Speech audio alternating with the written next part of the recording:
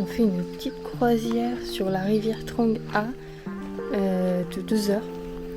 Et on s'arrête en fait à plusieurs points pour voir des différents temples.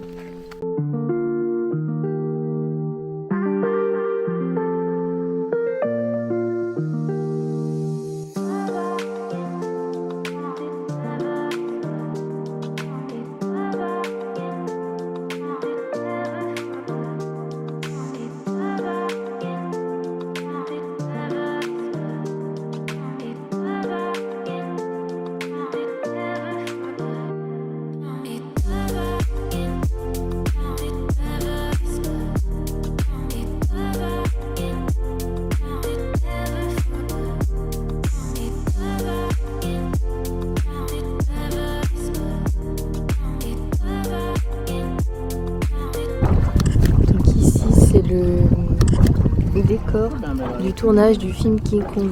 Elle a été tournée ici.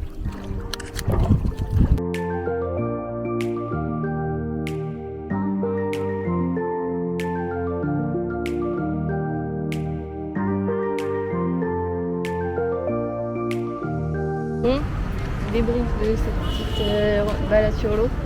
C'était pas mal. Ouais. Il faisait très très chaud, il y avait beaucoup de soleil. Mais 45 de ressenti. De ressenti probablement, ouais. Mais c'était beau.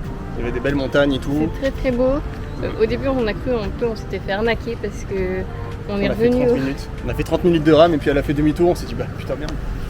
Alors, parce qu'en fait elle nous avait expliqué avant de commencer qu'avec les montées des eaux qu'il y a eu, avec les pluies qu'il y a eu dernièrement, les grottes c'était mort. Normalement en fait c'était. On voit des temples et on passe sous des grottes. Ouais. Et sauf qu'avec la montée des eaux, les grottes. Déjà sous les grottes, c'est ric-rac quand l'eau est normale. Ouais. Donc là, avec la montée des eaux, c'était pas possible du tout. Donc déjà, au lieu de durer 3 heures, ça a duré 2 heures. Et quand on a vu qu'elle faisait demi-tour au bout d'une demi-heure, on a dit c'est de la merde. C'est pas terrible. Enfin, c'était déjà joli, mais voilà, on n'a pas payé pour ça. Puis finalement, on est parti de l'autre côté, et puis c'est super joli. C'est super beau, il y avait un temple au milieu de l'eau et tout. Franchement, très sympathique. Moi, j'ai beaucoup aimé.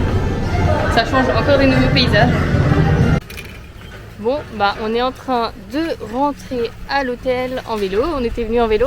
Il y a 3 km et demi, quelque chose comme ça. Donc, c'est assez rapide. Mais par contre, comme les rues sont encore inondées, bah, il y a des moments où on est obligé de pédaler dans l'eau.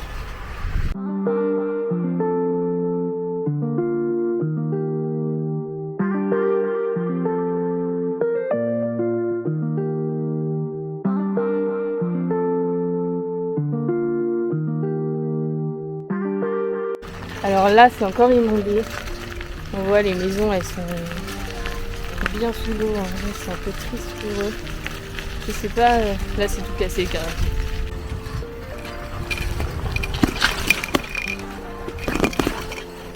Parfait.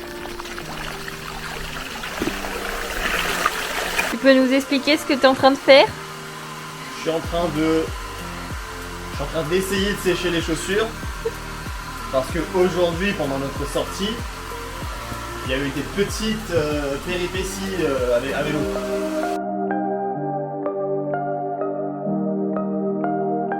Bon, bah du coup, fin de notre séjour à Ninh Binh. C'était très bien. C'était super cool, on a plein de trucs super. Donc là, maintenant, on attend le bus qui nous a... La limousine. La limousine qui nous amènera à Long. Et en fait, on s'est trompé parce que... On doit aller à Katba au final pour l'hôtel. Mais on s'est trompé, on a dit à Long. Mais bon, c'est pas grave. C'est pas trop loin à côté, et puis ça coûte pas trop cher pour y aller depuis à Long. Donc c'est pas grave, on verra la baie d'A Long. C'est quand même bon. Donc voilà. Bon, nous voilà dans la limousine pour la 2e fois. Ça se trouve un peu. Mais ici, ils sont vraiment hyper arrangeants. On a dit hier qu'on voulait aller ici et il nous a fait venir directement la limousine chez lui en fait. Donc là on en a pour 3 heures et quelques de route, 3 heures je crois, pour à Long. C'est le même type de bus que la dernière fois. Toujours les sièges. Oh ça secoue. Et on a vraiment de la chance avec la météo parce que là hier on a eu super beau.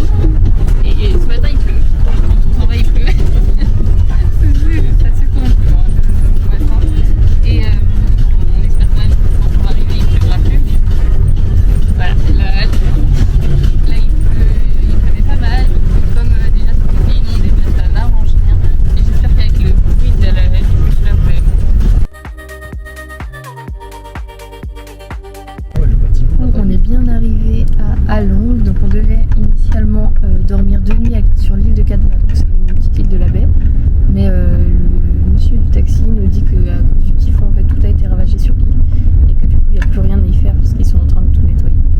Donc, on change nos plans. On a réussi à annuler gratuitement notre hôtel et du coup, il nous prend de nuit dans son hôtel à lui pour le même prix, avec le petit déj aussi. Donc, on suit ses conseils parce que c'est bon, il s'y connaît mieux que nous. Et vraiment, je pense que là, à Londres, c'est la ville la plus détruite qu'on a vue. Beaucoup plus qu'avec tout est ravagé, tout est détruit. Ils sont encore en train de nettoyer alors que c'était il y a peut-être une semaine maintenant. Ouais. Franchement, ça fait de la peine pour eux.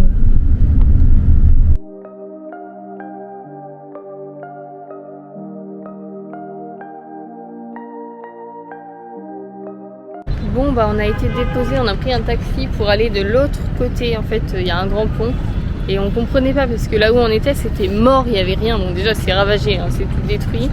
Mais surtout il n'y avait pas un chat. Les seuls gens qu'on a croisés ils nous ont filmés parce que je pense que ça devait pas être très courant de voir des touristes ici. Et donc on a traversé et effectivement il y a un peu plus de monde.